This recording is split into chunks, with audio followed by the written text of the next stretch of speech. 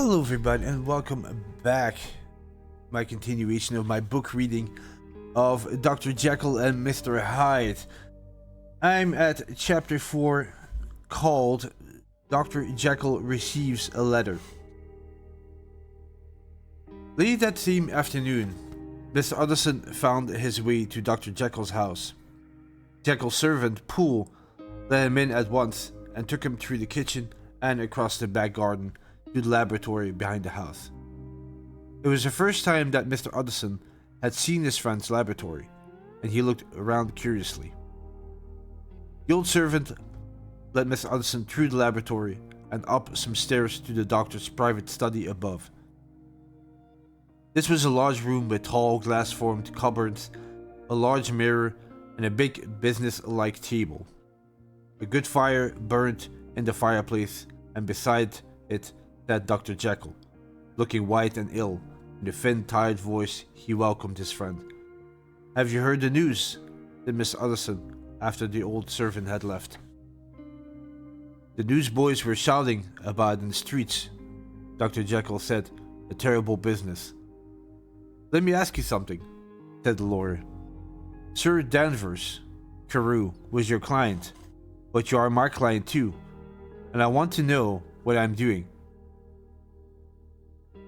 You haven't tried to hide the murderer, have you?" "Utterson, I promise you," cried the doctor. "I promise you I'll never see him again. I've finished with him forever. And now, indeed, he no longer needs my help. You don't know him like I do. He's safe, quite safe. Believe me, nobody will ever hear of Hyde again." The lawyer listened with a serious face. He did not like his friend's feverish, excited look. "You seem very sure of him," he replied. "I hope you're right. If he is caught and comes to trial, your name may be mentioned." "I'm actually absolutely sure of him," answered Jekyll. "I can't tell you how I know, but I'm certain. But can you please advise me about one thing? I've received a letter and I don't know whether to show it to the police. May I leave it in your hands, Utterson?" "You're afraid, I suppose, that the letter will lead the police to Hyde?" asked the lawyer. "No," said Dr. Jekyll. "I don't care what happens to Hyde. I was thinking of my own reputation. Anyway, here is a letter." It was written in a strange, pointed handwriting and signed Edward Hyde. "I am sorry that I have been so ungrateful in the past for your many generous acts," it began. "Please don't worry about me. I am quite safe and I am certain that I can escape unharmed whenever I wish." "Did this letter come by post?" asked the lawyer. "No," replied Dr. Jekyll. "There was no postmark on the envelope. The letter came by hand." "Shall I keep the letter and think about it?" asked Mr. Utterson. "I want you to decide for me," answered his client. "I'm not sure of anything anymore." "Very well," said the lawyer. "Now tell me, the part in your will about disappearing for 3 months and more, was that Hyde's idea?" "It was," whispered Dr. Jekyll. "He was planning to murder you," said the lawyer. "You've had a lucky escape." "I've had a lesson too," said his client, in pain and sadness. "Oh, what a lesson." And he covered his face with his hands. On his way out of the house, the lawyer stopped and spoke to Poole. "By the way," he said, "a letter was handed in today for your master. Who brought it, and what did he look like?" "Nobody came except the postman, sir," said the servant in surprise. "That worries me, though," Mr. Utterson, as he walked home. "Clearly the letter arrived by the laboratory door. Perhaps it was even written in the study. I must think about this carefully." In the street, the newsboys were still shouting, "Read all about it! Terrible murder!" The lawyer's thoughts were sad. One of his clients was dead. The life and the reputation of another were in danger. Miss Utterson did not usually ask anyone for advice. The day, however, was different. That evening, He sat by his fireside with his chief clerk, Mr. Guest, beside him.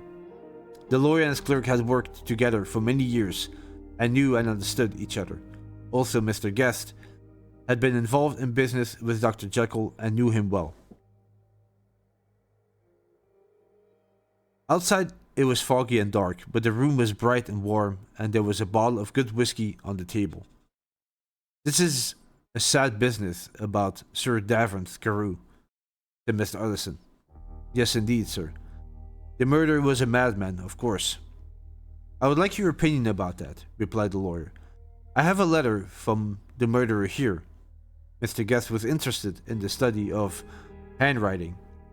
His eyes brightened at once. "A murderer's letter," he said. "That will be interesting." He looked carefully at the writing. "Not a madman, I think," he said. "But what unusual handwriting." Just then a servant entered with a note. "Is that note from Dr. Jekyll?" asked Mr. Guest. "I thought I recognized the handwriting."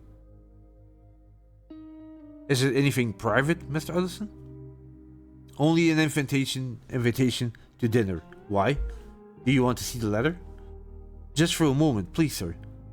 The clerk put the two letters side by side and studied them carefully. "Thank you, sir," he said. "Very interesting." For a moment Mr. Utterson hesitated, wondering and worrying. At last he put his thoughts into words. "Why did you look at the two letters together?" he asked. "Well, sir, in many ways the two are surprisingly similar." "How strange." "Mr. Guest, I must ask you not to speak of this business to anyone." "Of course not, sir," said the clerk. "You can depend on me." Shortly afterwards he said good night to his master and made his way home. When he was alone, Mr. Utterson locked the two letters in his cupboard. "Well," he thought, "so Henry Jekyll wrote that letter for a murderer." His face was as calm and expressionless as usual, but his heart was filled with fear and for his old friend. And that was the end of chapter 4 of Dr. Jekyll and Mr. Hyde. Hope you guys enjoyed. Thank you very much for listening, and I'll catch you in the next one. Take care. Bye-bye.